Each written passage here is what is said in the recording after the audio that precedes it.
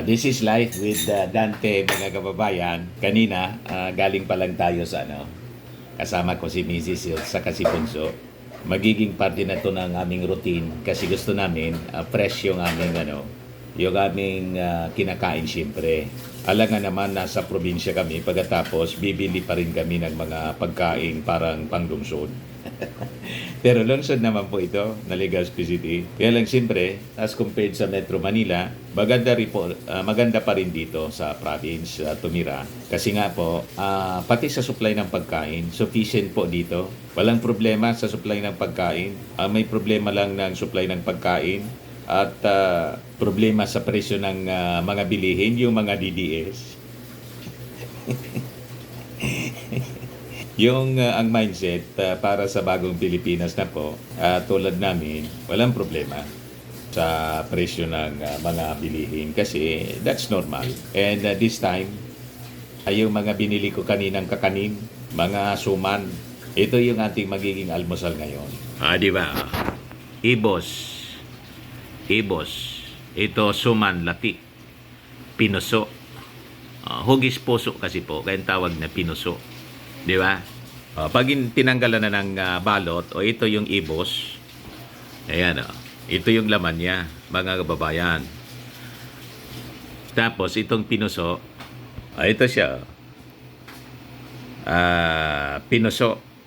Iba naman yung parang ang itsura nitong suman lati. Parehas ang itsura. At yung balot niya, parehas din dahon ng banana, saba. Pero yung kanya po, mga kababayan, yung lasa niya, iba naman po. Kaya bumili ako ng pinuso, bumili din ako ng suman. Kahit pag tiningnan nyo po, parang parehas lang ang itsura. Yung kulay niya parehas. Hindi ko alam kung food color yung ginamit dito o yung tinatawag naming maragadan na talagang kulay violet yung bigas. Yan. Malagkit siya. Ito, hindi siya malagkit yung ginagamit na bigas dito. Pero may isang lahi po ng bigas, variety, na ang kulay ganito talaga. Kaya pag hinalo mo doon sa ordinaryong bigas, ganyan na yung itsura. Pero I think, in-enhance na ito ng food color para attractive sa mga mamimili. Ayan. So yan ang ating magiging almusal ngayon po. Siyempre, coffee. Ako kasi po, medyo mataas na yung blood sugar ko. Pero ngayon, na-manage na ng ating doktor. Dati, medyo pati yung ihi ko nilalamgam. Di ba? May yung blood sugar, pero na-manage na po ngayon. Kaya, yung sabi sa akin ng doktor, iwasan ko yung mga matatamis. Kaya no sugar yung coffee natin. No sugar added. Stevia po yung yung ginagamit ditong pampatamis. 5-in-1 coffee mix. Di ba? Ito na siya, mga kababayan. Yung isang sachet nito, inuubos ko na para timplado talaga. Tamang-tama. Yan po. Yan ang itsura niya. Di ba? Tapos may dispenser naman po kami dito. Matik na po yung pag-init. Ito yung paborito namin talaga, mga kababayan. Noong panahon, madalas ganito lang yung aming almusal. Native siya. Yung bawat region yata, may kanya-kanya silang uri ng kakanin. Iba-iba lang po yung tawag. Pero almost pari-parehas lang naman suman. Di ba? Kaya lang siyempre, yung bawat region po, yung panlasa, iba-iba yung panlasa ng mga Filipino. Yun ang unique. Kaya po, as part of the tourism project ng aming province, I think buong Pilipinas na yan, may tinatawag sila na sa Department of in partnership siya sa Department of Trade and Industry, yung OTOP, One Town, One Product. Di ba? Nung napunta kami, limbawa ni Mrs., na-invite kami doon sa Leyte, namili din kami ng mga produktong gawa sa Leyte, lalo na yung mga pagkain. Ang sasarap din po sa Cebu, ganun din. Yung galing kaming Mactan at doon sa Cebu City mismo. Talagang iba-iba. Yung Cebu naman po, talagang famous sila sa lechon. Kaya pag pumupunta kami ni Mrs. sa lechon, sa airport pa lang, lechon na. Wala na. Pig-anas na namin, inaanas.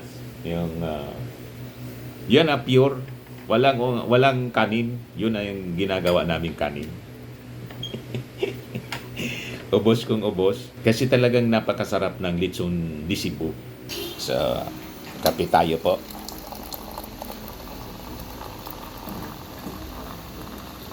Di ba? Well, madali lang po dito sa water dispenser namin. Di ka na kailangan mag-init sa kasirola. Di ba? O, tikman na natin, mga kababayan. Ihalo ko muna yung ating coffee.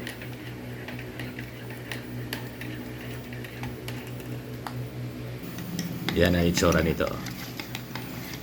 Creamy siya, oh. No sugar added.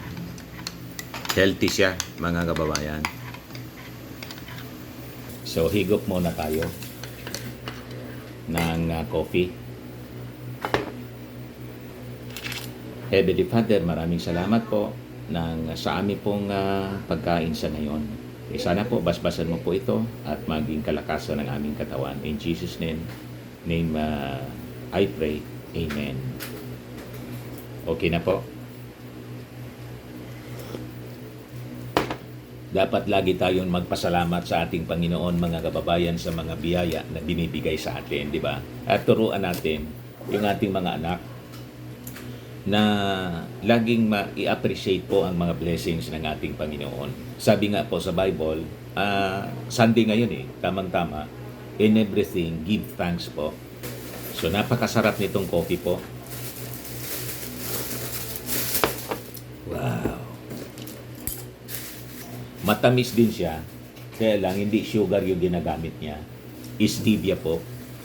Yan sweetened with stevia. Di ba? May Korean ginseng and agaricus mushroom. Napakasarap nito po. Na-advertise pa niya, Mr. Maragil. Walang problema. Tulungan natin yung mga ganitong product. So, ito na siya. Ito mo ng ibos. Tingnan ninyo. Di ba? Sarap. Kaya pala, ang daming namimili kanina doon. Kasi masarap ang napakagawa. Templado. Hindi masyadong maskad. Hindi masyadong maskad. Bicol kasi. Hindi masyadong maalat. Templado siya. Wala man siyang sugar po. Pero yung iba, mga kababayan, itong ibos na to, dinidikdik nila sa dinodot-dot sa sugar. Pero ako, siyempre bawal sa akin. Si Mrs. yata, nag-sugar ka? Hindi man. Ayan, o. So, dinidikdik siya. Masarap din pag dinikdik mo sa sugar. Pero ako, hindi na. Diba? Napakasarap po. Tikman naman natin yung isa. Itong pinuso.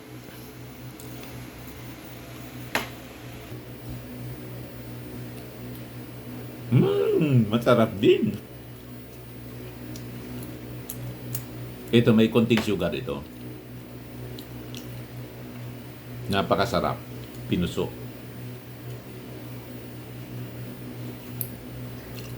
Very healthy siya, mga kababayan. At alam po ninyo, ang binilihan ko nito, nagkwento. Very inspiring yung kwento niya. Dahil daw sa pagtitinda niya nito, para maging panalmingan, tawag doon, maging example, panalmingan sa amin, maging example po doon sa mga tao na nawawala ng pag-asa kasi walang trabaho. You can create jobs by your own. Kung gusto, basta kailangan lang, ang sekreto talaga, dapat masipag ka at madiskarte sa buhay. Alam niyo yung sabi sa akin, nagtitinda siya nito, 13 years na siya nagtitinda. Ang sabi po, nakapagpatayo siya ng bahay. Dati yung bahay nila, maliit lang, gawa sa sa plywood. Yung dingding nila plywood lang. Ngayon, sementado na daw. At malaki siya. Slab. Ibig sabihin, pati yung bubong niya, sementado. Slab nga eh.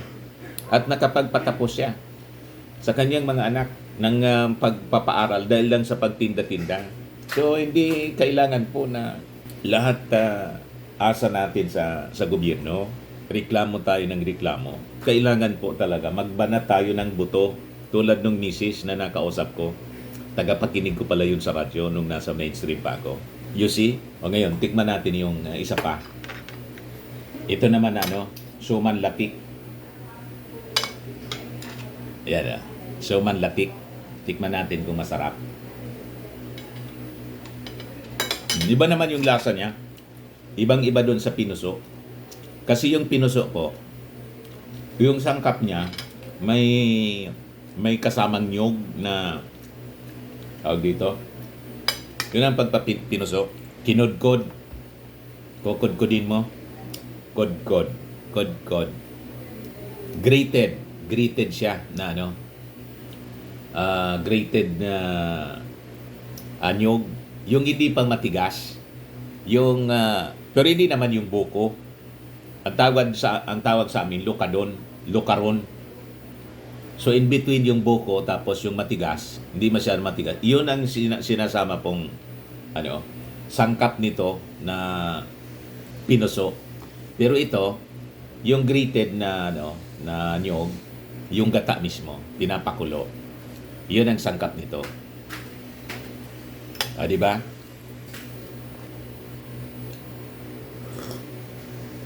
Sarap po ng ating almusal. Ayan muna yung ating short video po. Ako po si Dante Maravillas dito sa ating live with Dante M. Click subscribe po sa ating mga hindi pa nakasubscribe. Tapos, pwede kayo po na mag-share ng inyong mga experiences, mga problema sa buhay, about life, relationship, anything about family, para pwede natin pag-usapan dito. So, iba naman po itong na ating content dito mga kababayan sa Life with Dante. Yung mga daily activities natin pwede dito na pwede nating kapulutan po ng aral. Di ba? Tulad nung kininto ko sa inyo, yung binilan ko po nito, napakagandang example at inspirasyon sa atin po. Yung mga misis na walang ginagawa, imbes sa chismis ng chismisan sa kanto, magtinda-tinda po kayo ng kung ano-ano. At maghanap kayo ng lugar kung saan pwede kayong pumwesto. Dito sa Legazpi, maraming tao doon sa sa Boulevard, so doon sila pumupwesto po. Di ba? Hindi pwede yung asa lang tayo yung asa sa gobyerno, sa ayuda. Kailangan magpagod tayo, magpawis, magsipag. Di ba po? Bye-bye!